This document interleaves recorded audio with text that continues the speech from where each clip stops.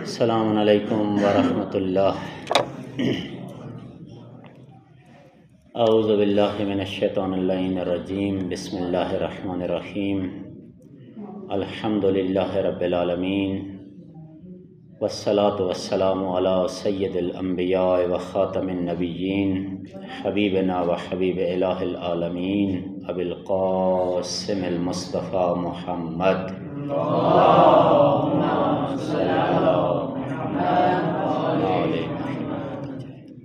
وآلہ الطیبین الطاہرین المعصومین ولعن الدائم علی اعدائہم اجمعین من الآن الی قیام یوم الدین۔ قال الحکیم فی کلام المجید وقولہ الحق، بسم اللہ الرحمن الرحیم، هل یستوی الذین یعلمون والذین لا یعلمون۔ معطر کریں اپنی زبانوں کو ذکر درود پاک کے ساتھ۔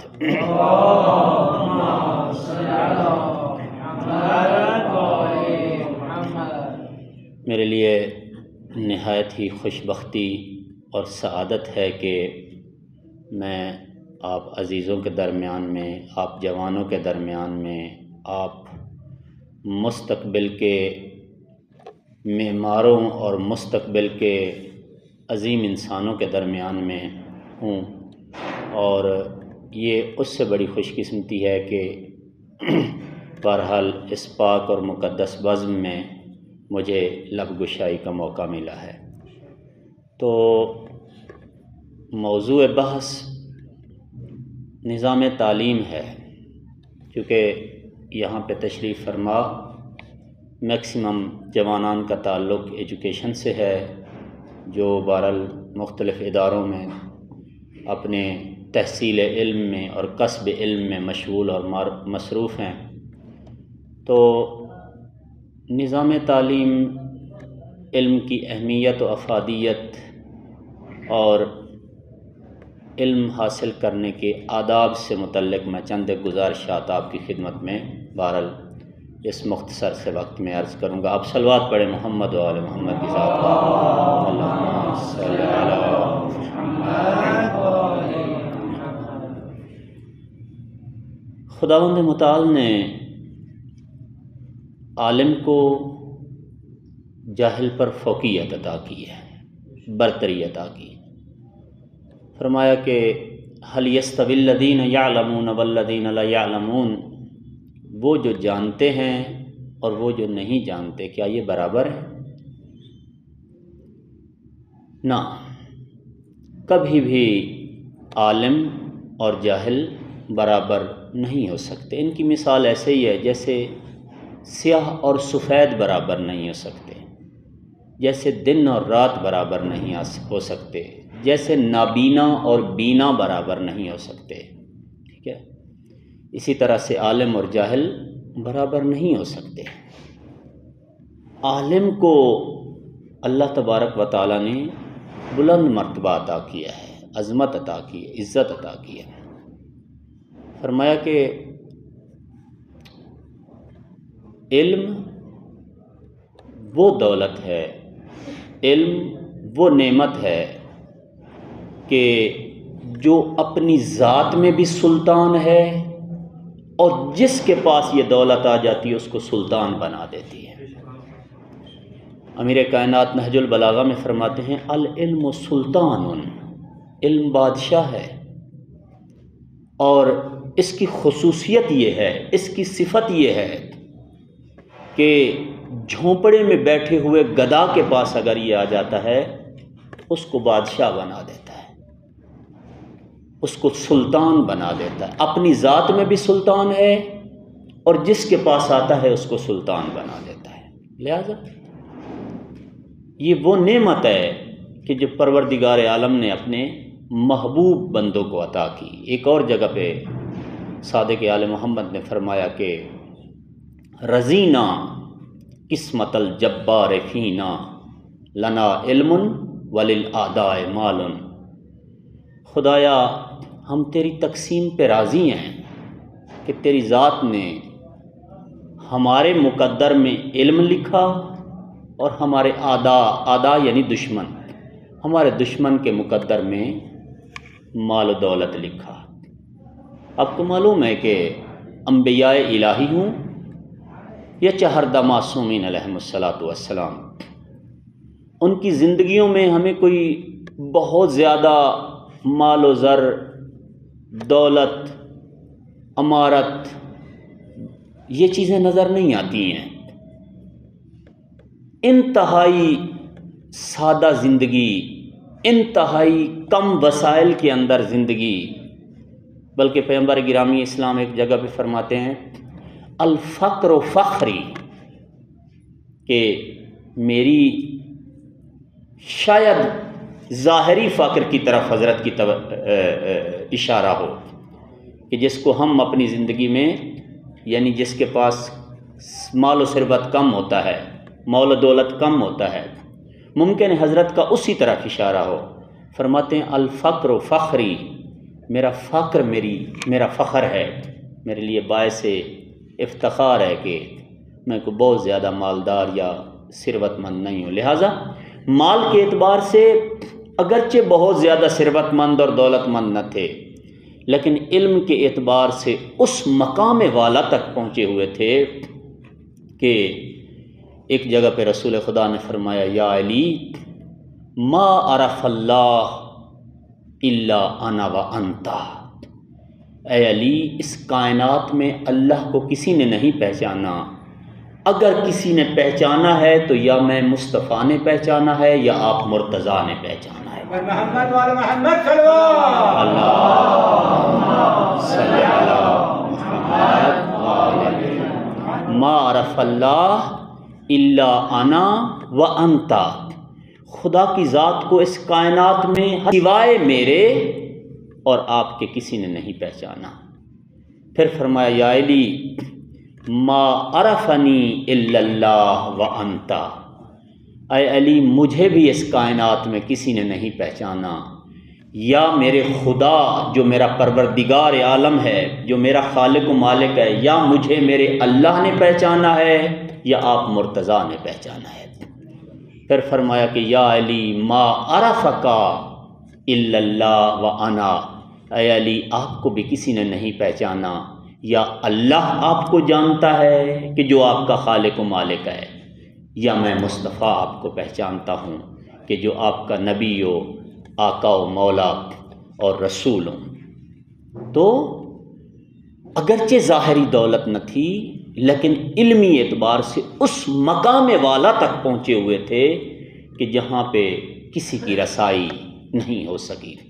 خوب اس اعتبار سے علم انبیاء کی میراث ہے، علم اولیاء کی میراث ہے، کہ علم آگاہی ہے، علم معرفت ہے، علم بصیرت ہے، علم نور ہے۔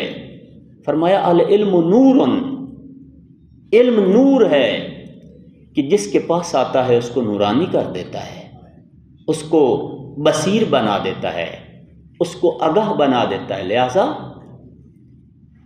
علم دین مبین اسلام میں ہر درجہ اس کی تاکید کی گئی ہے۔ آپ کو معلوم ہے کہ دنیا کے کسی بھی مکتب میں یا دین میں اس قدر علم کی تاکید نہیں جتنی دین اسلام میں ہے، کہ جس دین میں پہلی وحی کے نزول پر لکھنے اور پڑھنے کی بات کی گئی۔ فرمایا کہ جب جناب جبریل علیہ الصلاۃ والسلام سورہ مبارکہ علق کی پہلی 5 آیتیں لے کر رسول گرامی اسلام کی خدمت میں حاضر ہوئے، تو پہلا لفظ جو جبریل نے آ کے آداب اور سلام پیش کرنے کے بعد عرض کیا یا رسول گرامی اسلام سے، فرمایا کہ اقرأ بسم ربک الذی خلق خلق الانسان من علق اقرأ وربک الاکرم الذی علم بالقلم علم الانسان ما لم یعلم۔ اقرأ، پڑھ۔ نارملی یہاں پہ کہا جاتا ہے، ہمارے بعض برادران عزیزان یہ کہتے ہیں کہ رسول خدا نے فرمایا میں تو پڑھنا نہیں جانتا، یعنی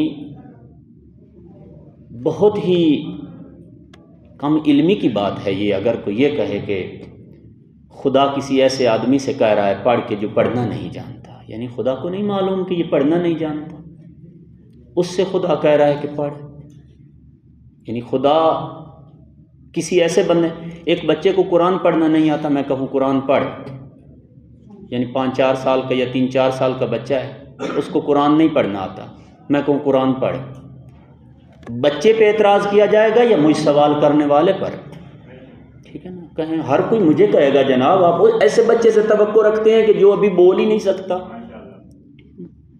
نہ وہ پڑھنا یا لکھنا ممکن ہے، کہ ممکن نہ یقیناً انہوں نے کسی دنیا دار کے سامنے زانو تلمذ دراز نہیں کیا کہ اس کے سامنے بیٹھ کر کلاس میں لکھنا پڑھنا سیکھیں، نہ، یہ پروردگار عالم کے پڑھائے ہوئے ہیں. یہ پیغمبر گرامی اسلام کے بارے میں اگر کوئی یہ کہے کہ حضرت پڑھنا نہیں جانتے تھے تو در حقیقت وہ قرآن مجید کے مقابلے میں بات کر رہے ہیں، کیونکہ قرآن مجید میں پروردگار عالم فرماتے ہیں وَالَّذِي بَعَثَ فِي الْأُمِّيِّينَ رَسُولًا مِّنْهُمْ يَتْلُو عَلَيْهِمْ آيَاتِهِ وَيُزَكِّيهِمْ وَيُعَلِّمُهُمُ الْكِتَابَ وَالْحِكْمَةَ وَإِنْ كَانُوا مِنْ قَبْلُ لَفِي ضَلَالٍ مُّبِينٍ. سورہ مبارکہ جمعہ میں کہ اللہ وہ ہے کہ جس نے مبعوث فرمایا اپنے رسول کو فی الامیین، ان پڑھوں میں.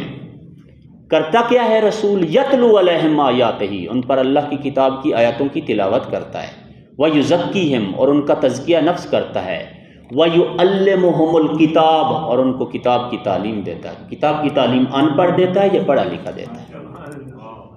ویعلمہم الکتاب والحکمہ وَإِنْ كَانُوا مِنْ قَبْلُ لَفِي ضَلَالٍ مُّبِينٍ، اور اس سے پہلے یہ سارے کے سارے گمراہی میں تھے. بعض مفسرین کہتے ہیں یہ اس عالم کی بات نہیں، یہ عالم میثاق کی بات ہے، عالم زر کی بات ہے، عالم ارواح کی بات ہے، یہ ادھر کی بات ہے، یہ ادھر کی بات نہیں. بزرگان فرماتے ہیں کہ اس آیت سے ہمیں جو سبق ملتا ہے، جو پتہ چلتا ہے، وہ یہ ہے کہ پروردگار عالم نے رسول گرامی اسلام کو خود علم عطا کیا، اور باقی پوری کائنات میں جس کے پاس جو علم ہے وہ رسول اللہ نے ان کو دیا ہے. بعث فی الامیین، اللہ نے ایک ہی ذات کو ان پڑھوں کے درمیان اور امیوں کے درمیان مبعوث فرمایا، اور وہ جناب رسول گرامی اسلام ہے.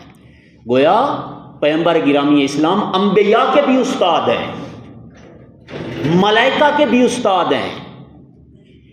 جس کسی کے پاس جو کچھ علم کا خزانہ ہے وہ سارا کا سارا جناب رسول گرامی اسلام سے منسوب ہے اور دیا گیا ہے ان کو. حتیٰ کہ انبیاء کو بھی پیغمبر نے علم دیا ہے، نہ ادھر ادھر کی بات ہے، نہ ادھر کی بات ہے. لہذا کوئی کہے کہ مثلا ادھر کی بات ادھر کیسے، اب خدا بند متعال کے معاملات میں دخل اندازی نہ کیا کریں. جناب عیسیٰ نے یہاں پہ کتنی محنت کی تھی کہ گہوارے میں آغوش مادر میں فرما رہے ہیں انی عبداللہ آتانی الکتاب وجعلنی نبیہ. ادھر آ کے جناب عیسیٰ نے کوئی ابھی نمازیں پڑھ لی تھیں، کوئی روزے رکھے تھے کہ اس کے بعد فرمایا کہ میں نبی بن گیا ہوں. یعنی ماں کے ہاتھوں پہ، آپ میری طرف توجہ فرمائیں، صلوات پڑھیں محمد و آل محمد کی ذات پر. اللہم صلی علی محمد. میں اپنے عزیزان سے گزارش کروں گا کہ یہ جو رفت و آمد کا سلسلہ ہے اس کو تھوڑی دیر کے لیے آپ اس کو کنٹرول کریں، کہ جوانوں کی توجہ جو ہے وہ آپ جاتے ہیں آتے ہیں تو اس طرف ہو جاتی ہے اور میری بات کی طرف ان کی توجہ ہٹ جاتی ہے. میں بہرحال زیادہ دیر مزاحم بھی نہیں ہوں گا، لیکن یہ کہ جتنی دیر میں آپ کی خدمت میں ہوں آپ توجہ میری جانب رکھیں. پھر بھی صلوات پڑھیں محمد و آل محمد کی ذات.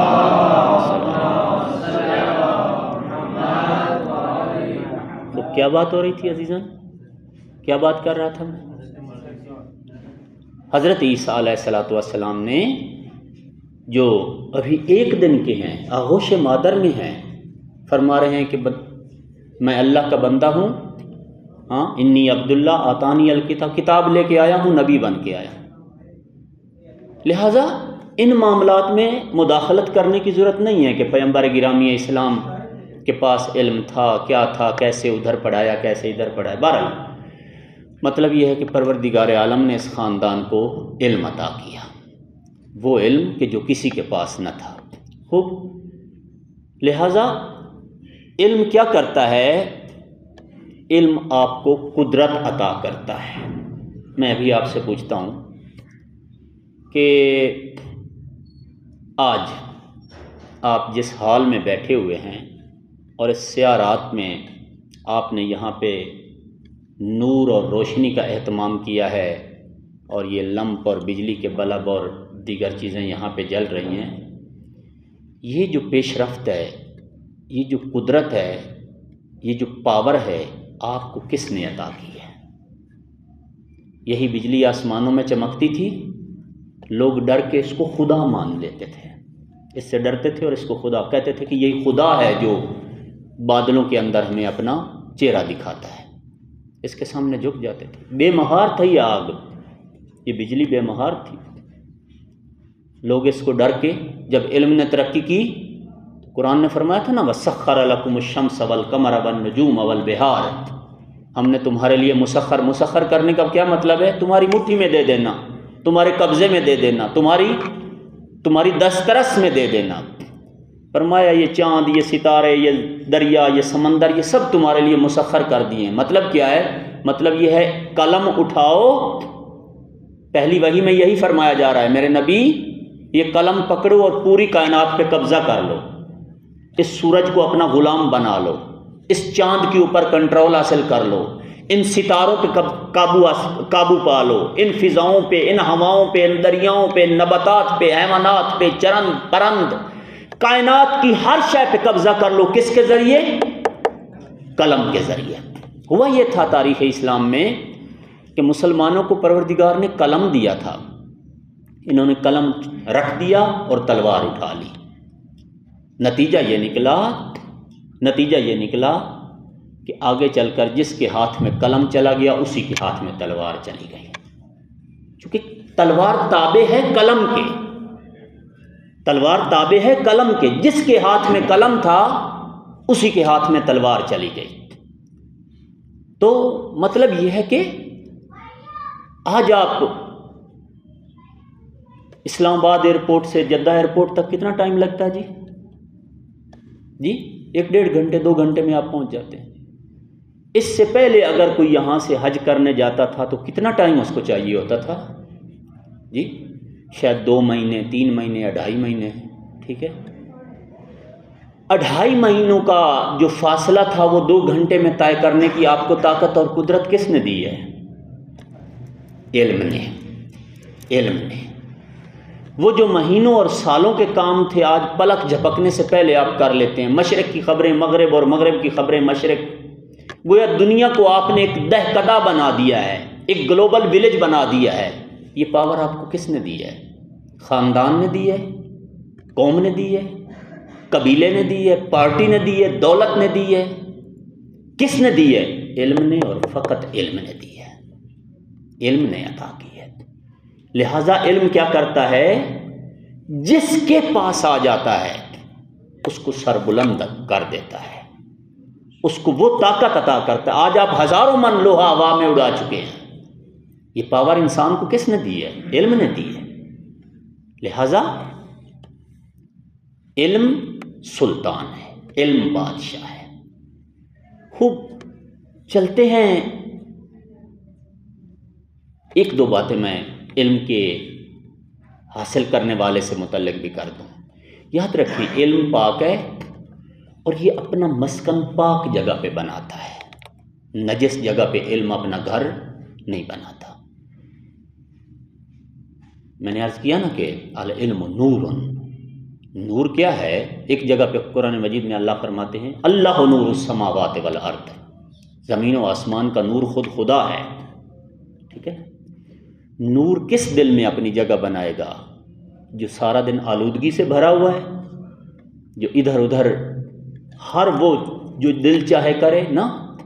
بلکہ ہمارے یہاں ایک بہت اچھی کتاب ہے، جوان یہاں تشریف فرمائیں، اگر فرصت ملے تو اس کو ضرور مطالعہ کریں. کتاب کا نام ہے آداب المتعلمین. علم حاصل کرنے کے آداب کیا ہیں؟ ٹھیک ہے، وہاں پہ آپ کو پتہ چلے گا کہ علم ایک پاک و پاکیزہ چیز کا نام ہے جو پاک دلوں میں اپنا گھر بناتا ہے۔ دل کو پاک کرنے کے کیا کیا طریقے ہیں؟ بہت سارے طریقے بتائے گئے۔ ایک طریقہ یہ ہے کہ آپ ہمیشہ باوضو رہیں۔ دوسرا طریقہ یہ ہے آپ کی آنکھ آلودہ نہ ہو گناہ میں، کان آلودہ نہ ہو گناہ سے، زبان آلودہ نہ ہو گناہ سے۔ کلاس میں جائیں خوشبو لگا کے جائیں، صاف ستھرا لباس پہن کر جائیں۔ اسی طرح سے مثلا استاد کا احترام کریں، اپنی اسائنمنٹس کو بر وقت انجام دیں، کبھی بھی غفلت نہ برتیں۔ یہاں تک کہ فرمایا العلم فی الجو، علم دو معنی ہیں جو کے، العلم فی الجو، علم جستجو میں ہے، تلاش کرنے میں ہے۔ ایسا نہیں کہ آپ علم سے بے نیازی کریں اور علم خود بخود آ کے آپ کو چپکنے لگ جائے، نہ کبھی پہلے ایسا ہوا ہے نہ بعد میں۔ آپ نبی کے بیٹے ہوں گے لیکن علم کے لیے جستجو نہیں کریں گے، خدا آپ کو عالم نہیں بنائے گا، بھلے آپ نبی کے بیٹے ہیں۔ آپ ایک کافر کے بیٹے ہیں، معاف کیجئے گا، ایک مشرک کے بیٹے ہیں، ایک بت پرست کے بیٹے ہیں، لیکن علم کے لیے جستجو کرتے ہیں۔ عدل الہی ہے کہ خدا آپ کو علم عطا کر دے گا۔ ممکن ہے وہ علم کہ جو ہماری اصطلاح میں علم ہے، کہ جس کو ہم نور کہہ رہے ہیں، وہ علم نہ ہو، لیکن بہرحال قرآن فرماتا ہے ان لیس للانسان الا ما سعی، انسان جس کے لیے سٹرگل کرتا ہے، کوشش کرتا ہے، وہی اس کو ملتا ہے۔ ایسا نہیں ہے کہ مثلا ہم غفلت برتیں، وقت ادھر ادھر ضائع کریں، پروگرام ہمارا نہ ہو، ایجنڈا ہمارا نہ ہو، ٹائم ٹیبل ہمارا نہ ہو۔ تہران میں ہمارے استاد ایم فل کی کلاس میں ڈاکٹر علی بیات ہمیں پڑھا رہے تھے، انہوں نے اچانک ہم سے کویسچن پوچھ لیا، کہا کہ جوانوں یہ بتاؤ کہ انسان اور حیوان میں جو فرق ہے اس میں مین فرق کیا ہے؟ بہرحال ہماری ذہن میں مختلف چیزیں آ رہی تھیں، ہم نے عرض کی، انہوں نے کہا ساری باتیں اپنی جگہ پہ ٹھیک، لیکن ایک جو مین فرق ہے انسان اور حیوان میں وہ یہ ہے کہ انسان ایک ٹائم ٹیبل کے مطابق، ایک برنامے کے مطابق جیتا ہے، زندگی گزارتا ہے، حیوان کا کوئی ٹائم ٹیبل نہیں ہوتا، جس وقت جو جی چاہے اٹھ کے کھڑا ہو جاتا ہے اور کر دیتا ہے۔ یعنی حیوان کے لیے کیا فرق پڑتا ہے؟ یہ کھیتی ہے کسی کی، جب اس کو بھوک لگی ہے، اس کی اپنی ہے یا اس کے مالک کی ہے یا کسی دشمن کی ہے، اس نے بھوک جا کے بجھانی ہے، کھیتی سے وہ جا کے اپنی بھوک بجھائے گا۔ ٹھیک، اس کو کیا پتہ یہ پانی کا جوہر جو ہے اس کے مالک کا یا کسی اور کا۔ خوب، مطلب یہ ہے کہ جوان کا ٹائم ٹیبل ہوتا ہے، اور خصوصاً اسٹوڈنٹ کا ٹائم ٹیبل ہوتا ہے، وہ اپنے ٹائم ٹیبل کے مطابق جیتا ہے۔ خمینی یہ بت شکن کے بارے میں فرماتے ہیں، جب نجف کی زندگی میں تھے، نجف میں ہوا کرتے تھے، تو ہر روز امیر المومنین علی علیہ الصلوۃ والسلام کے مزار پہ جایا کرتے تھے۔ جب مزار پہ جاتے تھے اس قدر منظم تھے، اس قدر ان کا جانا اور آنا ڈیلی عین اسی وقت پہ ہوتا تھا کہ جس پہ کل گزرے تھے، جس پہ پرسوں گزرے تھے۔ بعض جگہ پہ کہتے ہیں کہ لوگ اپنی گھڑیوں کا ٹائم خمینی کے گزرنے سے صحیح کر لیتے تھے، ان کو پتہ ہوتا تھا کہ خمینی ہر روز اس وقت یہاں سے گزرتے ہیں، اپنی گھڑیوں کا ٹائم ان کے گزرنے سے صحیح کر لیں۔ لہٰذا اسٹوڈنٹ منظم ہوتا ہے، اس کی زندگی میں نظم ہوتا ہے، اور آپ تو ایک تنظیم کے فرد ہیں۔ تنظیم کا معنی کیا ہوتا ہے؟ منظم لوگوں کا گروپ، منظم لوگوں کی آرگنائزیشن، جن کا اٹھنا اپنے ٹائم پہ ہے، جاگنا ٹائم پہ ہے، ناشتہ ٹائم پہ ہے، ورزش ٹائم پہ ہے، کالج یونیورسٹی جانا ٹائم پہ ہے، ٹھیک ہے نا، منظم آرگنائزیشن کے امور انجام دینا ٹائم پہ ہے۔ جب سارے آپ کے معاملات جو ہے وہ وقت کے تابع ہو جاتے ہیں، اور اس وقت آپ کو تنظیمی کہا جاتا ہے یا منظم کہا جاتا ہے۔ خیر، علم پاک دلوں میں اپنا گھر بناتا ہے۔ فرماتے ہیں العلم فی الجو، علم جستجو میں ہے۔ ایک اور معنی بھی جو کا ہے، فرماتے ہیں العلم فی الجو، علم بھوکے رہنے میں ہے۔ جو بھوک کو بھی کہتے ہیں، یعنی پیٹ بھر کے اسٹوڈنٹ نہ کھائے کہ اس پہ سستی چڑھ جائے اور پڑھائی اس کی جو ہے نیند کی نظر ہو جائے، نیند اس پہ غالب ہو جائے نا۔ علم حاصل کرنے کے لیے زحمتیں اٹھانا پڑتی ہیں، مشکلات کو جھیلنا پڑتا ہے۔ علم قربانی مانگتا ہے. جب دیکھتا ہے کہ واقعاً یہ بندہ سنجیدہ ہے مجھے حاصل کرنے کے لیے، اس وقت اس کے دل میں اپنا گھر بناتا ہے. اور خصوصاً اس طرح کے جو طالب علم ہوتے ہیں، صادق آل محمد فرماتے اس طرح کا جو عاشق علم ہے، جو حقیقت میں طالب علم ہے، اگر آپ کی کبھی کوئی دعا قبول نہ ہو رہی ہو تو آپ اس بندے سے جا کے کہیں جو طالب علم ہے یا آپ کے حق میں دعا کر دے، خدا فوراً قبول کر لیتا ہے. طالب علم کی دعا خدا، طالب علمی کے زمانے میں مر جائے کوئی، فرماتے ہیں یہ شہید راہ خدا مرا ہے، خدا سے اتنا ہی عرض کرے گا پروردگار ابھی تیری ذات کی معرفت حاصل کر رہا تھا کہ موت آ گئی، ابھی طالب علمی میں تھا کہ موت آ گئی. لہذا صادق آل محمد فرماتے ہیں کہ طالب علم کیا ہے؟ طالب علم جب زمین پہ چلتا ہے ملائکہ اس کے پیروں کے نیچے پر بچھاتے ہیں. ایت اللہ جوادی عاملی کی کتاب ہے مفاتیح الحیات. مفاتیح الحیات کے اندر جو طالب علم کے جو وہاں پہ فضائل بتائے گئے ہیں، متعلم کہتے ہیں اسٹوڈنٹ کو، طالب علم کو، جو فضائل بیان کیے گئے ہیں، کیونکہ نہ دامان وقت میں گنجائش ہے اور نہ ہی میں اس پہ اتنا وقت رک سکتا ہوں، میں تھوڑا آگے بڑھنا چاہتا ہوں. بہت زیادہ اس کتاب کو ضرور پڑھا جائے. مفاتیح الحیات یعنی زندگی کی چابیاں، زندگی کیسے، بہت اچھی کتاب ہے. ایت اللہ جوادی عملی کی ہر کتاب اچھی ہے، لیکن مفاتیح الحیات اتنی اچھی کتاب ہے کہ واقعاً زندگی سکھانے کا، زندگی گزارنے کا ہنر سکھا دیتی ہے. خوب علم پاک دلوں میں اپنا گھر بناتا ہے.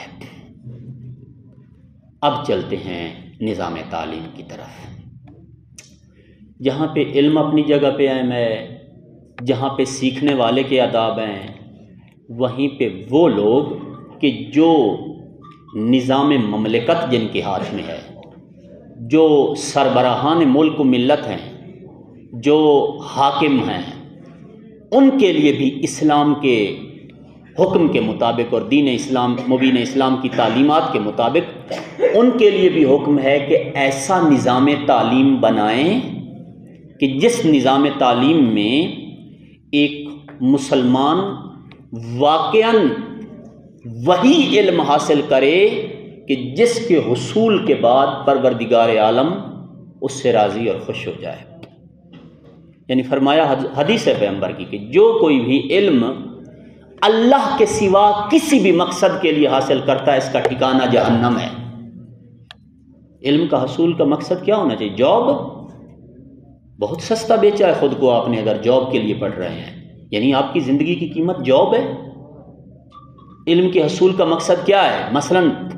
آپ مثلاً کوئی سیاستدان بننا چاہتے ہیں، میں جاب سے نہیں روکتا، سیاستدان بننے سے نہیں روکتا، ماہر معاشیات بننے سے نہیں روکتا، انجینئر بننے سے نہیں روکتا، سائنسدان بننے سے نہیں روکتا، لیکن میں یہ بھی کبھی نہیں کہوں گا کہ آپ کا الٹیمیٹ گول فقط سائنسدان بننا ہو، فقط انجینئر بننا ہو. اگر ایسا کیا ہے آپ نے خود کو سستا بیچ دیا ہے.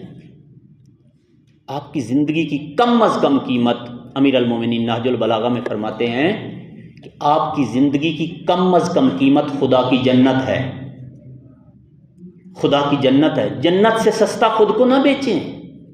اللہ نے آپ کو عبث خلق نہیں کیا. لہذا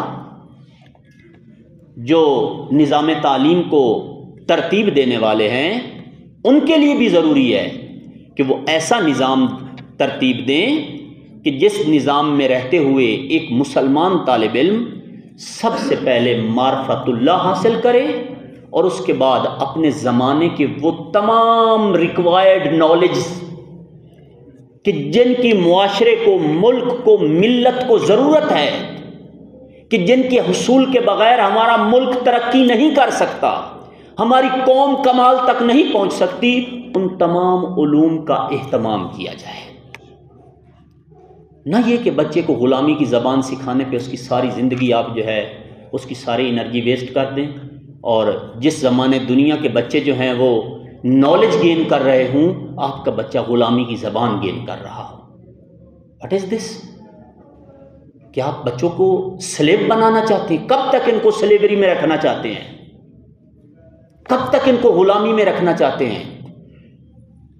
نظام تعلیم میں پہلی چیز جو ریکوائرڈ ہے وہ یہ کہ تعلیم بچے کی قومی زبان میں ہونی چاہیے۔ میں آپ کے توسط سے ممکن ہے میری بات یہ ارباب اقتدار تک بھی پہنچے، میں ان کو کہنا چاہتا ہوں پاکستان کے اندر جو اس وقت آپ کو زبوں حالی نظر آ رہی ہے، جو کم مائگی نظر آ رہی ہے، جو کم علمی نظر آ رہی ہے، یا جو نظام تعلیم نے بجائے اس کے کہ ہماری ملت کو کسی بلندی کی طرف لے کے جاتا اور کمال کی طرف لے کے جاتا، آج گدائی کا کشکول ہمارے سربراہان مملکت کی بغل میں ڈال کے دروازے دروازے پہ ان کو خیرات مانگنے کے لیے بھیجا جا رہا ہے۔ مجرم کون ہے؟ نظام تعلیم مجرم ہے۔ دیگر ممالک نے کیا کیا؟ دنیا میں اس وقت سب سے بڑا بزنس، سب سے بڑا سورس آف انکم ایجوکیشن ہے۔ جس ملک نے جتنی ترقی کی ہے وہ تعلیم کے ذریعے کی ہے، اور ہم ہر آئے دن بجائے پیش رفت کے پیچھے جا رہے ہیں۔ وجہ کیا ہے؟ وجہ یہ ہے کہ ایجوکیشن کے پاؤں سے غلامی کی زنجیر کاٹ کے پھینک دو، بچوں کو اسی زبان میں علم دو جو ان کی قومی زبان ہے۔ قہر خدا کو دعوت دینا ہے، غضب خدا کو دعوت دینا ہے کہ آپ 25 کروڑ عوام سے ٹیکسز وصول کریں اور وہ ایجوکیشن پہ لگائیں۔ جب آپ کا پی ایچ ڈی اسکالر اپنی پوری زندگی کی آؤٹ کمز آپ کو حوالے کرنے لگے، اپنا تھیسز آپ کو لکھ کے دینے لگے، تو وہ اس زبان میں لکھے کہ جو اس زبان کے افراد کو پڑھنا نہیں آتا۔ گناہ ہے۔ آپ کس طرف ملت کو لے کے جا رہے ہیں؟ یعنی ہوتا کیا ہے ایجوکیشن میں، جب کوئی پی ایچ ڈی تک پہنچ جاتا ہے، وہ اپنی پوری زندگی کا جو سرمایہ ہے اس کا تھیسز ہے، جس کے اندر اس کے پوری کی پوری ایجوکیشن کا نچوڑ ہے۔ اس تھیسز میں آپ کے ملک و ملت کی تعمیر و ترقی کے لیے سجیشنز دی گئی ہوتی ہیں، آپ کے مسائل کا حل بیان کیا گیا ہوتا ہے، اور اسی طرح سے لیکن وہ تھیسز آپ کے 25 کروڑ عوام میں سے شاید 10-12% مشکل سے پڑھ سکیں، لیکن وہی تھیسز جب ایچ ای سی اپنے پورٹل پہ ڈالتی ہے تو برٹش اور ویسٹرن کنٹریز کے مڈل اور میٹرک کے اسٹوڈنٹ ایسے اس کو پڑھتے ہیں جیسے پانی کا گھونٹ پیا جاتا ہے، پانی کا گھونٹ پینے کی طرح۔ مطلب کیا ہے؟ پیسہ ہمارا لگا، بندہ ہمارے مصروف ہوئے، وقت ہمارا گیا اور خدمت ان کی ہو گئی۔ اسی کو تو غلامی کہتے ہیں۔ کمائیں گے ہم اور کھائیں گے تم، اسی کو تو غلامی کہتے ہیں۔ لہذا نظام تعلیم سے توقع ہے کہ وہ بچوں کو غلام نہ بنائیں، وہ غلام نہ بنائیں بچوں کو۔ اقبال اپنی پوری زندگی اسی بات کے اوپر اپنی قوم کو اکساتے رہے کہ خبردار قوم کو غلام مت بناؤ، میرے شاہینوں کو غلامی کا سبق نہ دو۔ فرمایا گلا تو گھونٹ دیا اہل مدرسہ نے تیرا، کہاں سے آئے صدا لا الہ الا اللہ۔ آج ہمارا علم معرفت اللہ نہیں کروا رہا، آج ہمارا علم ہمارے مسائل حل نہیں کر رہا۔ ہمیں اس کو جاپان کو آج کمال تک ترقی کی راہ پر کس نے گامزن کیا ہے؟ چائنا کو ترقی کی راہ پر کس؟ انگریزی تعلیم نے آ کے کیا ہے۔ کیا جاپانی انگریزی پڑھ کے اتنی بلندی پہ پہنچ گئے ہیں؟ چائنا انگریزی پڑھ کے اتنی بلندی پہ پہنچ گیا ہے؟ دنیا کے دیگر ممالک، میں دنیا کے نقشے پہ ایسے ایسے ملکوں کو پہچانتا ہوں جن کی ٹوٹل آبادی آپ کے صوبہ سندھ سے کم ہے، لیکن ان کا بھی ایجوکیشنل سسٹم ان کی قومی زبان میں ہے۔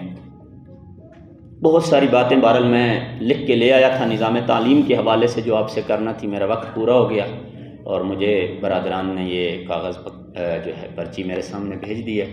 دعا گو ہوں کہ پروردگار عالم ہمیں اور ہمارے ملک میں رہنے والے ہمارے ارباب اقتدار کو، ہم سب کو وہ شعور عطا فرمائے کہ ہم اپنی ملک کے ساتھ سنجیدہ ہو کر علم کی دنیا میں اس کمال تک پہنچ جائیں کہ پاکستان واقعاً اسلام کا قلعہ بن جائے۔ آخری گزارش کر کے میں ممبر اپنے عزیزوں کے حوالے کرتا ہوں. پاکستان ہم نے کیوں بنایا تھا, اتنا خون ہم نے کیوں دیا تھا؟ بلیو می, اس لیے نہیں کہ ہم یہاں پہ اچھی سڑکیں بنوا دیں گے, پارک بنوا دیں گے, ہاسپٹل بنوا دیں گے. کون سا ملک ہے جو اپنے ملک میں اچھی سڑک, کیا انڈیا اپنے ملک میں اچھی سڑکیں نہیں بناتا, پارک نہیں بنواتا, ہاسپٹل نہیں بنوا؟ کون سا ملک ہے جو اپنے شہریوں کے لیے یہ فیسلٹیز فراہم نہیں کرتا؟ بس ہم نے جو پاکستان بنایا تھا وہ نظریہ ہے دو قومی نظریے کی بنیاد پہ, کہ جس کے اندر اقبال یہ چاہتے تھے کہ ہمارا جوان ایک طرف دنیا کی جو اپ ڈیٹڈ ایجوکیشن اور سائنسز ہوں گی ان سائنسز سے مزین اور ان کا حامل ہوگا, ان کا بہترین پڑھا لکھا ایجوکیشنسٹ ہوگا, دوسری طرف اتنا بہترین پکا مسلمان اور مومن ہوگا کہ جس کا کردار انبیاء کے کردار سے ملتا جلتا ہوگا, جس کا کردار خدا کے اولیاء اللہ سے اور نیک بندوں سے ملتا. اور یہ کام کوئی مشکل نہیں میرے بھائیوں, میرے عزیزوں, یہ پاسبل ہے. بہت عرصہ ویسٹ نے ہمیں دھوکے میں رکھا کہ جس کو دین چاہیے وہ مسجد میں چلا جائے, جس کو عوامی خدمت کرنی ہے اور ترقی کرنی ہے وہ پارلیمنٹ میں چلا جائے. آج ہمارے ہمسایہ ملک نے ثابت کر دیا, میں نے اپنی آنکھوں سے دیکھا, میرا گھر سائنس اور ٹیکنالوجی کالج کے ساتھ تھا تہران میں, کہ بعض دفعہ میں نماز وہیں پہ جا کے پڑھتا تھا, کہ جس دن مولوی صاحب وہاں نماز پڑھانے, زور کی نماز پڑھانے نہیں آتے تھے, میں نے اپنی آنکھوں سے دیکھا جو سائنسدان سارا دن لیب میں بیٹھ کر تجربات کرتا رہا ہے وہی سائنسدان اپنے اوپر مولوی کی عبا پہن لیتا تھا, اتنے خوبصورت انداز میں تجوید, قرات اور نماز پڑھاتا تھا, نہیں پتہ چلتا تھا یہ کوئی سائنسدان نماز پڑھا رہا ہے یا کوئی عالم دین نماز پڑھا رہا ہے. This is something possible, not impossible. ہم نے پاکستان اس نظریے پہ حاصل کیا تھا کہ ہمارا بچہ ایک طرف دنیا کا بہترین اسکالر